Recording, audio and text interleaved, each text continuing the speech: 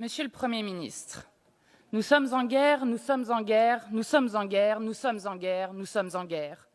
Dans la bouche du président, cette phrase servait de formule magique pour excuser tous vos mensonges, vos artifices, vos scandales depuis le début de la crise. Nous ne sommes pas en guerre, nous sommes en pandémie. Une pandémie qui indique que la bifurcation écologique est commencée. D'ailleurs, votre rhétorique guerrière trouve ses limites. Vous nous présentez aujourd'hui un plan de déconfinement, pas une signature d'armistice avec le coronavirus. Le virus est un phénomène biologique qui n'a que faire de vos grandes paroles et de vos métaphores guerrières. Il nous donne à voir ce que d'autres crises, peut-être plus graves encore, pourront produire. Vous n'avez pas eu un mot durant votre discours sur la crise sociale terrible qui touche tant de Français. Pas un mot pour les familles qui ont plus peur de mourir de faim que du Covid-19. Pas un mot sur l'explosion du chômage à venir. Votre plan de déconfinement est hasardeux. Vous vous défaussez de vos responsabilités sur les parents, les enseignants, les chefs d'entreprise, les élus locaux. Pire, vous parlez d'un déconfinement qui reposera sur le civisme des Français. C'est odieux. Assumez le rôle de planification de l'État pour assurer la sécurité sanitaire du peuple français.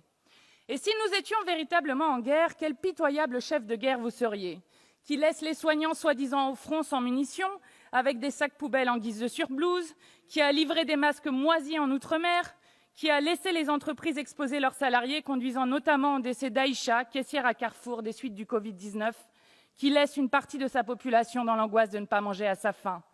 Oui, vous êtes en guerre, mais sûrement pas contre le coronavirus.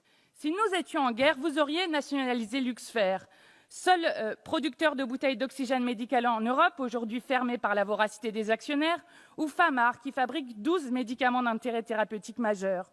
Vous auriez réquisitionné les entreprises pour produire les tests et les masques, dont tout le monde sait maintenant que non, Madame Ndiaye, ils ne sont pas inutiles, ils nous font juste défaut. Si tel avait été le cas, vous auriez fait comme en 1916, où le Parlement a voté pour une taxe contre les profiteurs de guerre. Il s'agissait de faire payer les entreprises qui avaient profité du malheur national. Ils sont nombreux à se gaver actuellement et ils ont des noms. Amazon avec son PDG Jeff Bezos, qui a empoché 24 milliards d'euros depuis le début de la crise. OGF, entreprise de pompes funèbres, le profiteur de mort, qui a empoché 55 € par famille, qui se recueillait auprès du corps d'un proche. Il y en a beaucoup d'autres. Pendant ce temps, les aides-soignantes finissent le mois avec en moyenne 1 357 € net et 1 150 € pour les caissières quand elles sont en temps plein. Si nous étions en guerre, vous auriez fait comme en août 1914, en suspendant les loyers. À l'époque, le Parlement estimait inacceptable que des familles de combattants puissent être expulsées quand les autres risquaient leur vie pour le pays. Non, la seule guerre que vous menez, c'est celle contre l'intérêt général. Le Code du travail reste votre adversaire compulsif. Vous avez abrogé des RTT et jours de repos des salariés, vous vous attaquez aux 35 heures et au repos dominical, alors même que le nombre de chômeurs sera tel qu'il faut réduire le temps de travail pour travailler tous. Vous sanctionnez l'inspecteur Anthony Smith pour avoir fait juste son travail de défense des droits des travailleurs. Vous renflouez les caisses à coups de milliards des entreprises polluantes. 7 milliards à Air France quand on compte 39 millions seulement d'euros d'aide alimentaire pour nos concitoyens. Vous refusez de rétablir l'impôt de solidarité sur la fortune. Vous refusez de plafonner les prix des masques en tissu pour ne pas freiner l'innovation, alors que l'urgence est à freiner l'épidémie. Vous refusez d'interdire le versement de dividendes. À la place, vous envoyez le ministre de l'économie tout penaud, le béret à la main, demander timidement aux entreprises de ne pas le faire, pour un brillant résultat.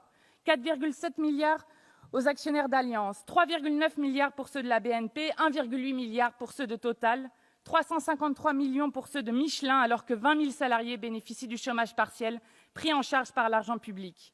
Ils privatisent les bénéfices, vous socialisez les pertes, des milliards pour eux, des miettes pour nous. Nous pensions que vous auriez compris les dégâts de vos politiques, qu'il fallait arrêter de détruire l'hôpital public, de casser nos biens communs, de détruire les écosystèmes, de laisser le privé régir nos vies et nous priver de tout. Mais vous ne changerez jamais, même dans ce moment de choc terrible. Cette crise n'est pas une parenthèse, elle montre les failles que vous avez créées dans notre organisation de vie collective. Alors revenir à la normale, revenir à ce qui est à la cause même de l'ampleur de la crise, revenir à un pays avec 9,8 millions de pauvres et un record de millionnaires en Europe, à un président qui méprise celles et ceux qui aujourd'hui assurent nos vies dignes, les soignants, les caissières, les éboueurs, les routiers, tous ces gens qui hier, il y appelaient les riens. Nous voyons déjà venir votre plan de relance qui fait pression sur nos écosystèmes. Nous voyons déjà surgir votre monde d'après, semblable à celui d'avant, encore plus prédateur, plus destructeur. Nous voulons un monde de paix, de solidarité qui respecte notre dignité. Nous voterons contre votre plan de déconfinement. Vous n'avez pas confiné notre colère. Pour nous, c'est plus jamais ça, plus jamais vous.